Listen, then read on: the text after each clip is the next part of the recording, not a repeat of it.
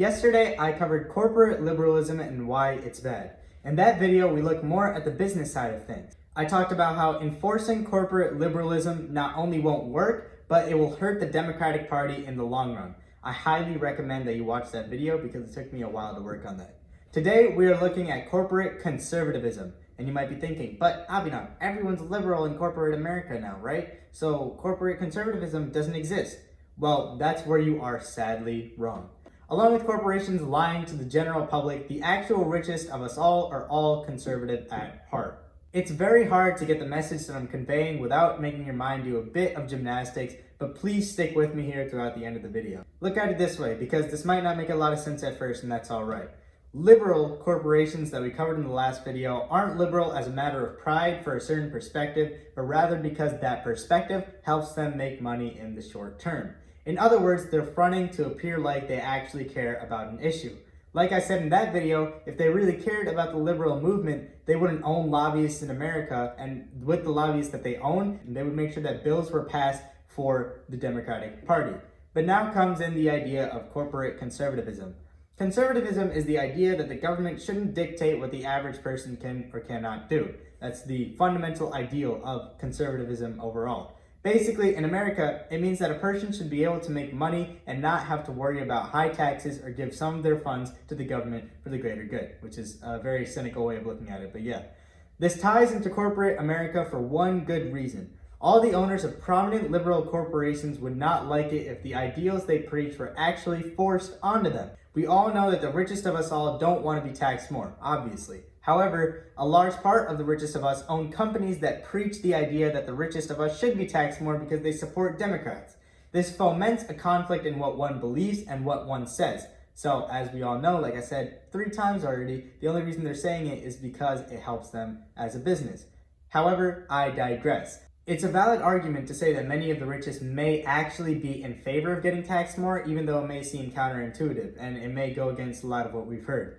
Many of the richest of us have actually donated to Democratic political campaigns, so they must want to get taxed more, right? I mean, they're donating to people that are going to tax them more.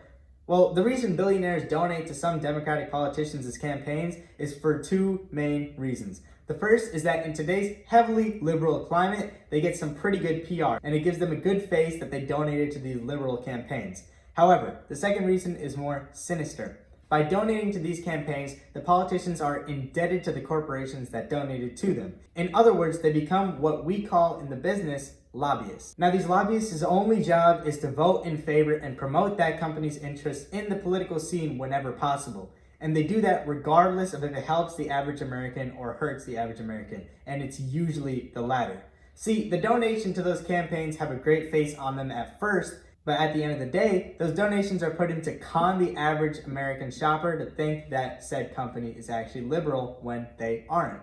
A prime example of this is the reason nobody backed Bernie Sanders from the billionaire class. Sure, Bernie Sanders may have vowed not to take any money from them, but it went far deeper than that. Even if he did, Bernie was one that said that the lobbyists, the filibusters, and the holdups of democracy by the billionaire class hurts the working class.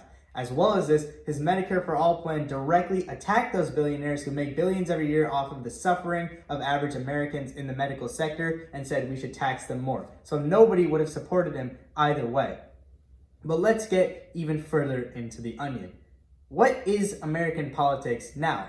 To be real, me and you don't really matter much anymore. Billionaires and the richest of us own the government as we know it because they have so many lobbyists. Why do you think the IRS is so underfunded? Why do you think that billionaires get away with high crimes and only have to pay a small fine? Why do you think there's so many well-known methods to evade taxes that are widely known today but still work? It's because they own us. They own the media. They own lawmaking. They own the platform that I'm speaking to you on right now. If we're being completely honest, corporate conservatism isn't a centrist point of view. It's the furthest right-wing perspective possible. See, think about it like this. They let the citizens think that they have choice and they have power, and then they pit them against one another using their media companies. Through this, they can profit even more off of our suffering, control everything they see in the media, and try to cause as much controversy as possible. I might be sounding too much like Alex Jones right now, so let me make the last point of today. Let's look at Fox News again. The reason Fox News gets all the attention it does is for one good reason. They are the underdog. The Republican Party is suppressed by major social media websites and companies. Not only does this make conservatives further right, but it also helps the conservative movement overall. This is through two ways. The first is that prominent names like Ben Shapiro, Tim Pool, and Candace Owens can make millions of dollars by just telling people what they want to hear for once, instead of people just shouting liberal ideals in their face, right? So they don't really have any valid points to make, but it doesn't really matter because people are hearing what they want to hear finally. The second way it helps the conservative movement is that people will believe anything you tell them. Trump can tell them something tomorrow and they won't fact check it because anything that disagrees with them is labeled a liberal corporation. Are you seeing the issue that divisive corporatism is in America? The point I've wanted to make over the past 2 days is that corporate political affiliation is just another method that's used to catch an illusion of what society disagrees on over you. You will be surprised by how much we all agree on together.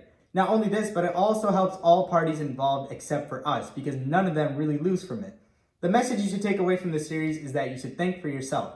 Not only that, but you should be aware that you are being taken advantage of when you think in terms of pretty politics. Thank you guys so much for watching and have a great night.